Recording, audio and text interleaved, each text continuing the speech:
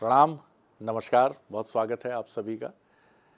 और आपका स्वागत हे प्रभु आनंद दाता के एक और नए एपिसोड से, यानी इस कार्यक्रम को आप पहली बार देख रहे हैं, हम स्वागत करते हैं। बसंत पंचमी का पर्व हमने एक दिन पहले ही मनाया है और एक बहुत सुंदर प्रश्न, कुंभ की श्रृंखला आप सबको बहुत पसंद आई, कई प्रतिक्रियाएं हमारे पास आईं, धन्यवाद उसके लिए। और जब कुंभ अपने समापन की तरफ प्रयागराज में बढ़ेगा तो हम कुछ और एपिसोड्स के साथ फिर उस समय उपस्थित होंगे, यानी 20 फरवरी के बाद हम कुछ और एपिसोड्स लेकर आएंगे। आज हमें जो संतोष सिंह सिकरवार हैं मुरैना से, करीब 55-57 वर्ष की इनकी आयु है। इनका कहना है कि बचपन से ही भावुक मन रहा और अनायास ही आंखें गीली हो जाती हैं।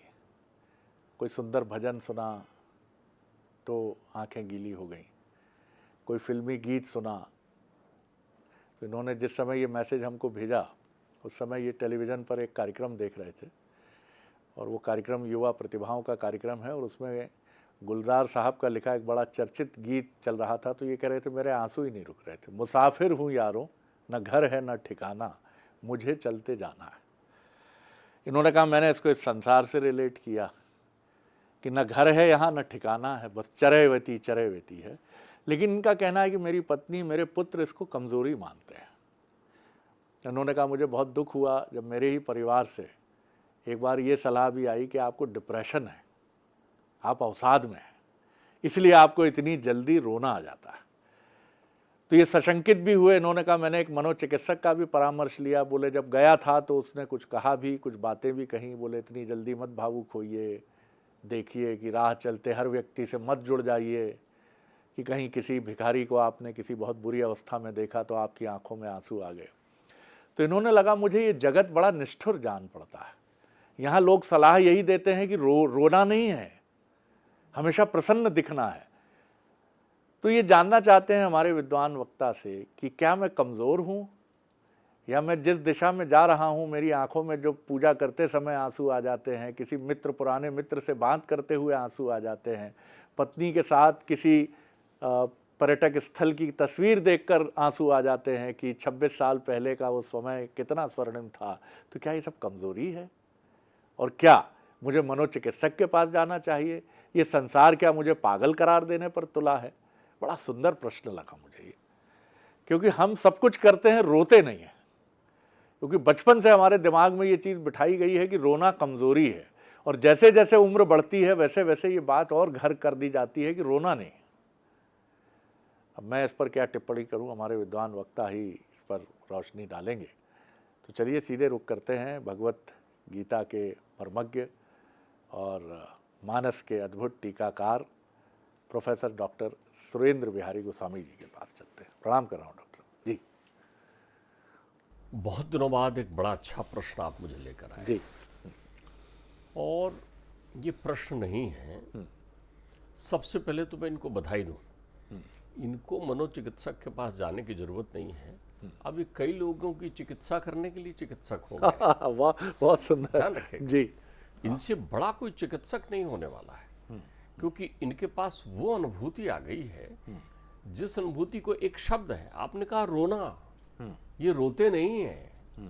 ये शब्द दुनिया वालों ने इनकी आंखों में अश्रुपात होता देखकर लगा दिया है। रोने में तो क्रंदन सुनाई पड़ता है, रोने में तो आवाजें आती हैं। ये तो चुपचाप आर्द्रता आंखों में उत्पन्न हो जाता है। और जब आंखें आर्द्र होती हैं, ध्यान रखिएगा, योग वशिष्ठ में भी परमात्मा कहते हैं और अध्यात्म रामायण में भी परमात्मा कहते हैं। एक बड़ी गहरी बात है।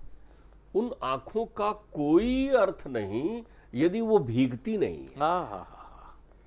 अगर आंखों के कोर भीगते नहीं है तो वो निरर्थक हैं। आप तुलसी तो इसके संदर्भ में बड़ी सुंदर बात कहते हैं, नैनन संत दरस नहीं देखा, लोचन मोर पंख कर लेखा। ध्यान रखिएगा, फिर वो आंख नहीं है, मोर का पंख है। जैसे उसके पीछे आंखें बनी रहती है ना, मोर के पंख वैसे ही है, निस्तेज। और भक्ति तो शंखनाद करते हुए नारद से कहती है ना, उत्पन्ने द्रविड़े साम। भक्ति तभी उत्पन्न होती जब ये भाव आते हैं। भाव आते ही भक्ति उत्पन्न करने के लिए हैं, और जिनके हृदय में भक्ति उत्पन्न होती है उनका प्रतीक है कि उनके आंखों के कोर भीग जाते हैं। इसलिए ये अब भक्ति के रास्ते पर चल निकले हैं, और इन्होंने दुनिया को, और रहा सवाल श्रुति स्मृति जैसे वर्णित होती है वैसे हमारे जीवन में ध्यान रखिएगा, चला चली का बेरा है, जगताम जगत जंगमम है, चलायमान है संसार। संसार के संदर्भ में कितनी बातें लोग कहते हैं, अलग अलग प्रकार के लोग कहते हैं। पहले तुम समझ तो लो संसार क्या है, जो इनको अनुभूति होती है। संसार मुसाफिर खाना है, संसार मुसाफिर खाना है, संसार लेन देन की मंडी है। मंडी है, लेकिन मंडी किनके लिए है? रुक कौन यहां जाता है, भटक कौन यहां जाता है, किसकी आंखें सूख जाती है?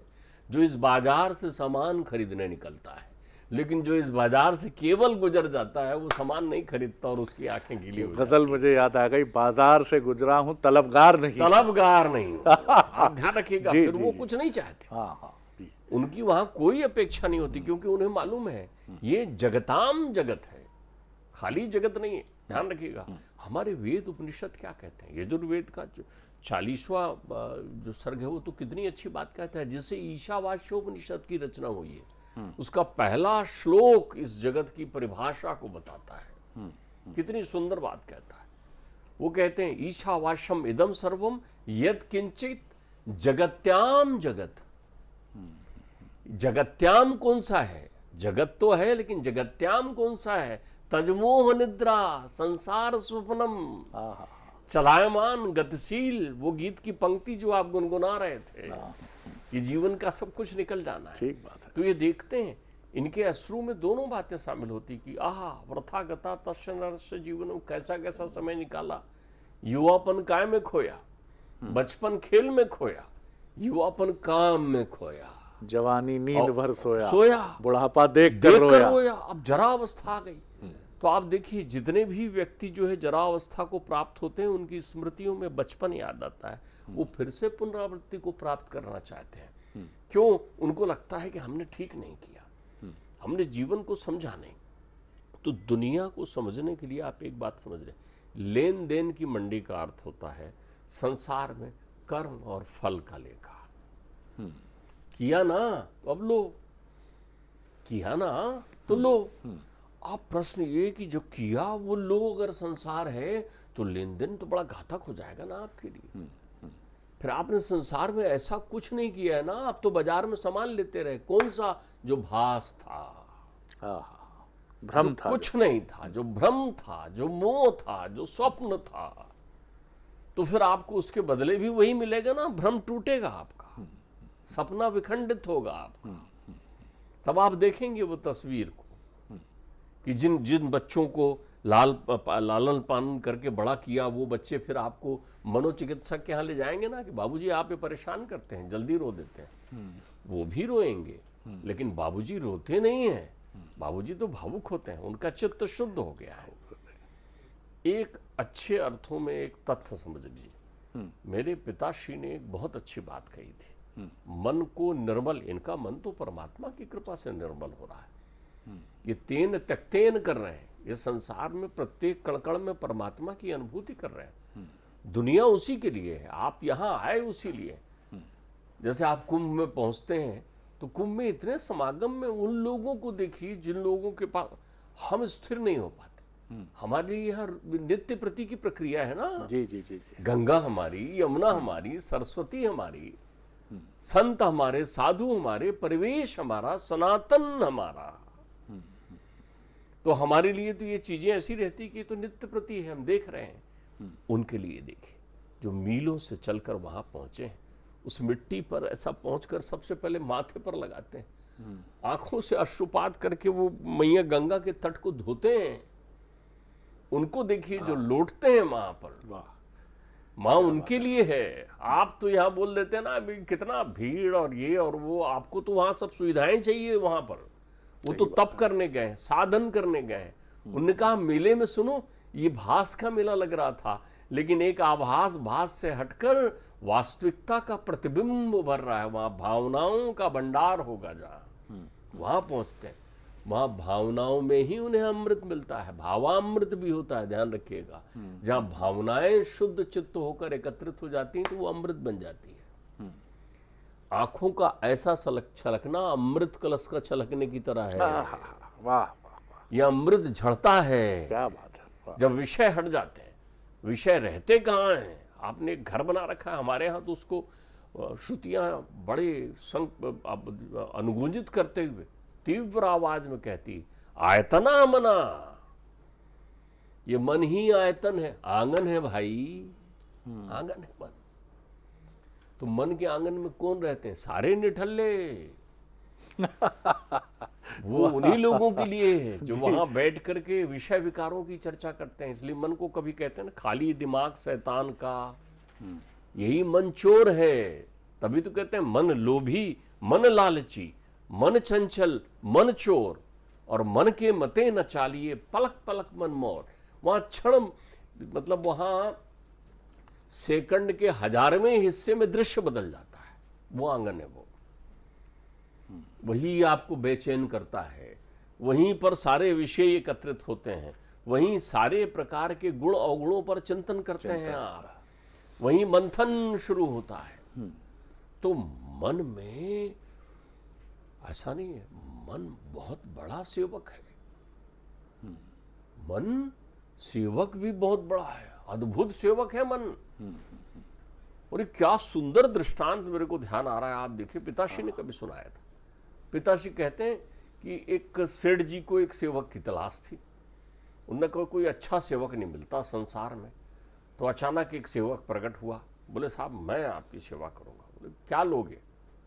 तुम्हारी सेवकाई क्या दे? कुछ नहीं। बोले मैं आपका काम करूंगा, कुछ नहीं चाहिए मुझे आपसे। बोले अच्छा फिर तो क्या करोगे? बोले बस ये एक मुझे हमेशा काम चाहिए, हमेशा काम अगर काम नहीं मिलेगा तो तुम्हें खा जाऊंगा। सेठ जी कहते हैं अरे छोड़ो भाई, मेरे पास तो काम ही काम है, कैसी बात करता है, तू तो आजा देखते हैं तेरा काम। बोले ध्यान रख लेना, काम नहीं दिया तो खा जाऊंगा। बोले सौदा पक्का? बोले पक्का, तो काम दो। अब सेठ जी ने एक काम बताया, जाओ जरा दुकान खोल के आ जाओ। वो तुरंत आ गया, दुकान खुल गई। साहब आपकी झाड़ बाहर कर दो, कर दिया। खेत संभाल लो, संभाल लिया। गायों को चारा पानी दे दो, कर दिया। और सब काम बड़ा व्यवस्थित करता था। तो अब वो फसल, खेत, लेन देन, बच्चों की व्यवस्था सब फटाफट करके आके तुरंत बोलता था काम दो। अब सेठ जी घबराए, भाई काम दो। बोले आपको ध्यान है ना, काम नहीं दोगे तो खा जाऊंगा। तो सेठ जी ने कहा क्या? बोले अब तुम रुको थोड़ा, मैं आ रहा हूँ, विश्राम करके यहीं खड़े रहो, आता हूँ। वो भागे। भैया आप कैसे बचे इससे? रास्ते में एक संत जी मिल गए उनको। संत जी से उन्होंने कहा भाई क्या बात है सेठ जी, कहाँ भागे जा रहे हो? अरे बोले बचाओ, वो एक ऐसा सेवक मिल गया, काम नहीं दूंगा तो खा जाएगा। अब तो सारे काम कर चुका होता है, तो मैं क्या करूं? अरे वो कहते हैं तुम चिंता नहीं करो, उसको हम काम में लगा देते हैं, आप बिल्कुल चिंता नहीं करो। उससे कहो कि जाओ एक बहुत बड़ी बांस की बल्ली काट के लाए, लकड़ी की। बोले फिर उसको कहना कि आंगन में लगाए। आंगन के बीचों बीच लगाए।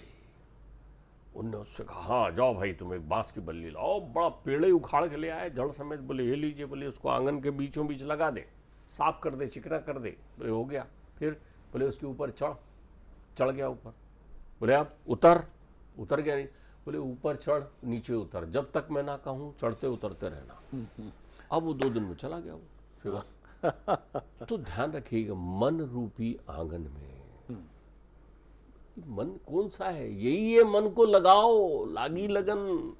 मन को नहीं लगाओगे तो वो मन तुमको खाने लगेगा। कहाँ? तुम्हारे चित्त में पहुंचने लगेगा। बहुत तो गहरी मन वो आंगन है जहां पर तुम्हें एक स्तंभ लगाना है। काय का स्तंभ लगाना है? तप का, साधन का, चिंतन का, ताकि वो चिंता बन के ना खाए तुम्हें। लोग जो है इस मन को काम में लगाते हैं, इसलिए कहते हैं सांस सांस में राम जपो, आते जाते राम जपो, परमात्मा का चिंतन करते रहो, ध्यान करते रहो। तो ये जान रहे हैं ना कि मुसाफिर खाना है। महल के सामने सोने वाले एक संत को टोका किसी ने कि संत जी ये महल है, राजा साहब ने वहां बनाया है मुसाफिर खाना, वहां जाओ, वहां खाने पीने सब मिलेगा। अरे बोले नहीं, यही मुसाफिर खाना है। राजा निकल कर आए, खबर पहुंची तो क्या गलती हो गई महाराज, मैंने बहुत सुंदर बनाया है मुसाफिर खाना। बोले अच्छा, नहीं मैं तो यही मुसाफिर खाना है। बोले नहीं नहीं, महल तो पुराना दिखता है, तुम्हारे पहले कौन रहते थे? बाप, उनके पहले दादाजी, उनके पहले परदादा जी। तो तुम भी यहाँ नहीं रहोगे ना, तो जो जान जाता है कि मैं इस मुसाफिर खाने में हूँ, इस मुसाफिर खाने में, शरीर रूपी मुसाफिर खाना। तो जब वो जान जाता है कि मैं इस मुसाफिर खाने में हूं, तो सबसे पहले मन रूपी चोर को काम में लगाता है। मन रूपी चोर संसार में सामग्री खरीदने ललायत है जो दिखती नहीं, अदृश्य है, छोड़ जाना है।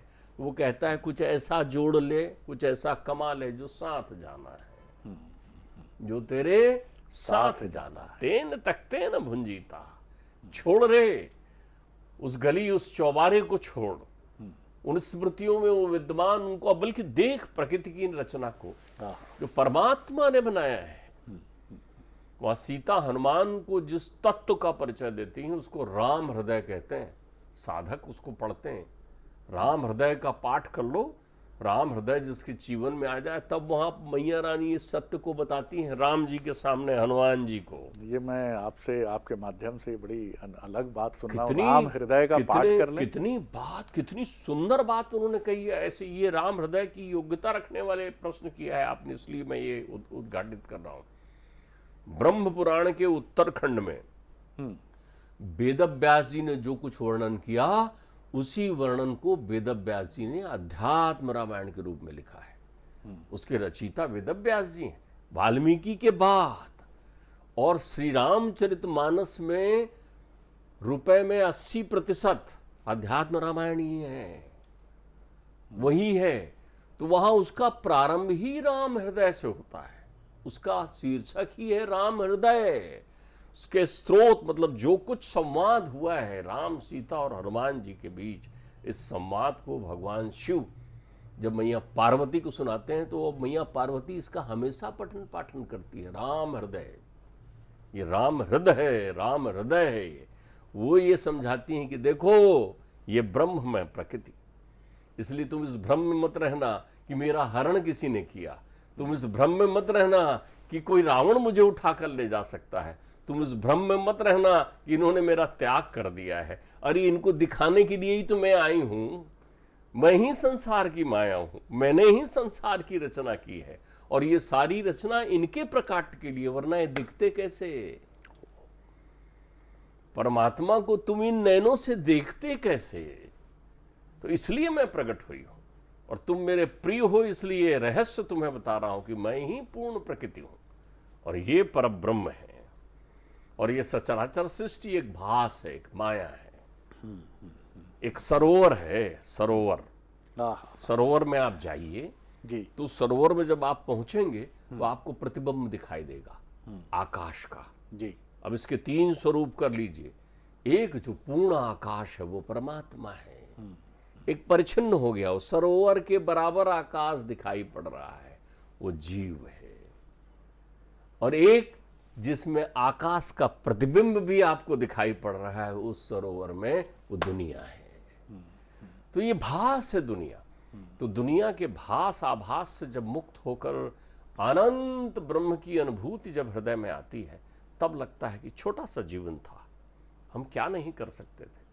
तब वो उन सब चलायमान वस्तुओं को, जगताम जगत को देखता है। वो देखता है ये पुत्र, अच्छा इसको भी छोड़ जाऊंगा।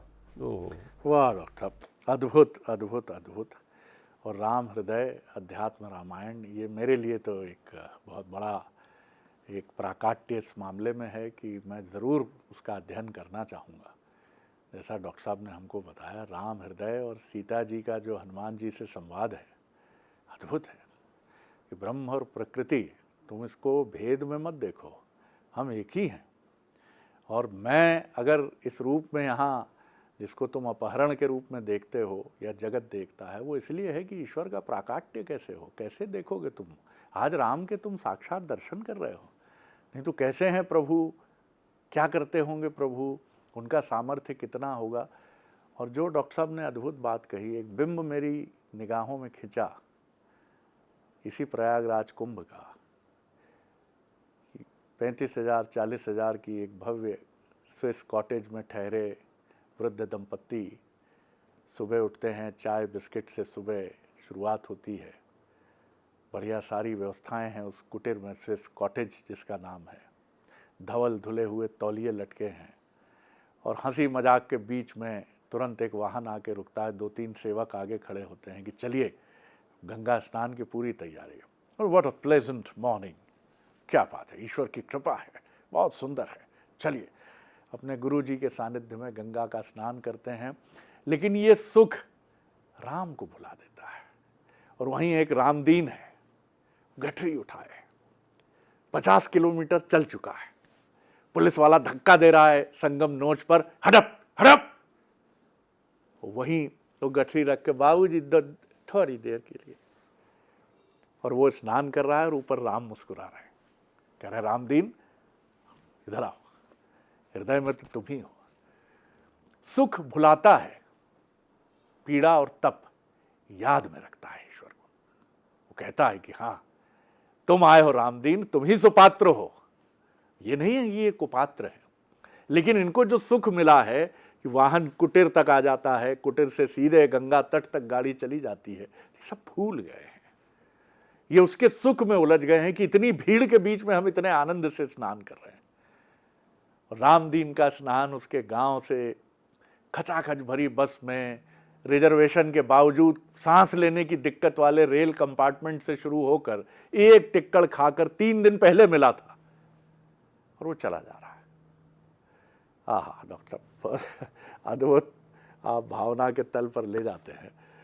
वो आनंद आ गया इसमें। और राम का हृदय और राम हृदय, ये तो एक अद्भुत मेरे लिए सूचना है, और मैं ज़रूर उसका अध्ययन करूँगा। अगले एपिसोड में एक और नया विषय लेकर उपस्थित होंगे। प्रणाम, नमस्कार।